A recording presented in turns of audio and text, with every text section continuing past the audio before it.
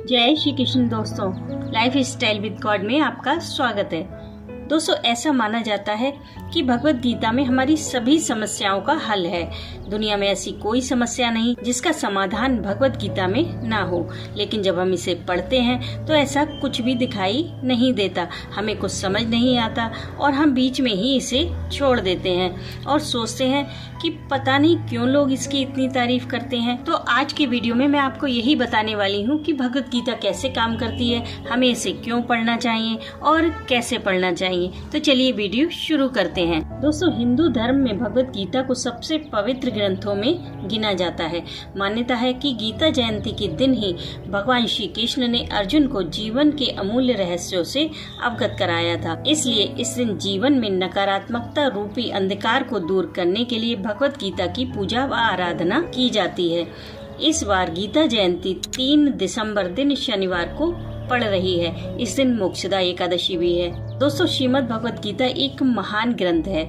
यह स्वयं भगवान योगेश्वर की वाणी है। गीता ग्रंथ सिर्फ लाल कपड़े में बांधकर घर में रखने के लिए नहीं है, क्योंकि इसे सिर्फ रखने से कोई फायदा नहीं होने वाला, बल्कि उसे पढ़कर उसके संदेशों को अपने जीवन में उतारने के लिए है। भगवत गीता के चिंतन से अज्ञानता दूर होती है और मनुष्य का मन खुद को पहचानने की ओर अग्रसर होता है। दोस्तों, अक्सर हम सुनते हैं कि भगवत गीता में हमारी सभी समस्याओं का हल है। क्या ऐसा है? अब मान लीजिए हमारा बिजनेस अच्छा नहीं चल रहा है, तो क्या बिजनेस को इंक्रीज करने के टिप्स भगवत गीता में दिए गए हैं? जी नहीं दोस्तों, ऐसा कुछ भी भगवत गीता में नहीं दिया गया है। अब आप समझिए कि भगवत गीता कैसे काम करती है। देखिए, जब हमारे जीवन में कोई समस्या आती है तो वो हमें बहुत बड़ी दिखाई देती है और हम परेशान हो जाते हैं। कोई समाधान हमें दिखाई नहीं देता, लेकिन भगवत गीता पढ़ने के बाद समस्या उतनी ही बड़ी रहती है, उसमें कोई फर्क नहीं आता, लेकिन हमारा कद बड़ा हो जाता है, हमारी सोच बहुत ऊपर उठ जाती है, हमारी एनर्जी का लेवल हाई हो जाता है। तो वही समस्या हमें बहुत छोटी लगने लगती है और हम उससे बड़ी आसानी से निपट लेते हैं। हमारी सोच विकसित हो जाती है।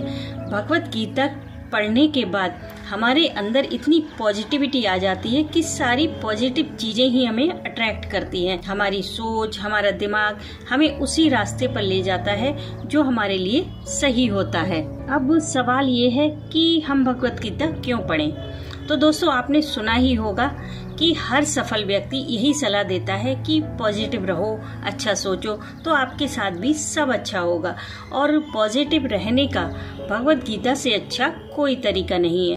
अगर आप कोई बुरा ख्याल ही मन में नहीं लाओगे तो आई एम श्योर आपके साथ कुछ बुरा नहीं हो सकता। और हाँ दोस्तों, अगर आपको ये प्रॉब्लम है कि लोग आपकी बातों पर ध्यान नहीं देते हैं, बहुत सारे लोगों के बीच आप खुद को अकेला महसूस करते हैं, तो एक बात आप नोटिस करना कि जब आप भगवत गीता पढ़ने लगते हो तो आपके अंदर अट्रैक्शन पावर बढ़ने लगती है। जो लोग आपकी बातों पर ध्यान नहीं देते थे, वो लोग आपको अब ध्यान से सुनने लगे हैं। बहुत सारे लोगों के बीच भी आपको अटेंशन मिलने लगती है।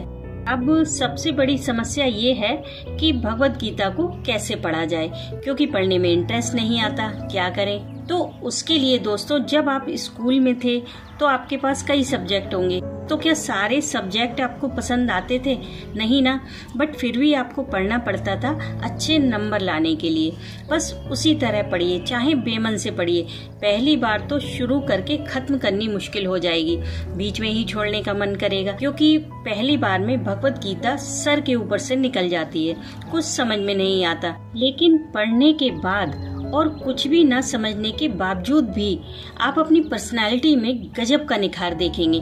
धीरे धीरे आपको महसूस होगा कि आपके नेचर में चेंज आ रहा है, चीजों को देखने का आपका नजरिया बदल रहा है। और जब आप दोबारा भगवत गीता को पढ़ेंगे तो वो आपके सर के ऊपर से नहीं निकलेगी, बल्कि आपके दिमाग में एंटर करेगी। और दोबारा पढ़ने के बाद आप देखेंगे कि कई सारी चीजें जो पहली बार में आपके सर के ऊपर से निकल गई थी, वो अब आपको समझ में आने लगी हैं। आप जितनी बार भी इसे पढ़ेंगे उतनी बार आपको कुछ नया सीखने को मिलेगा।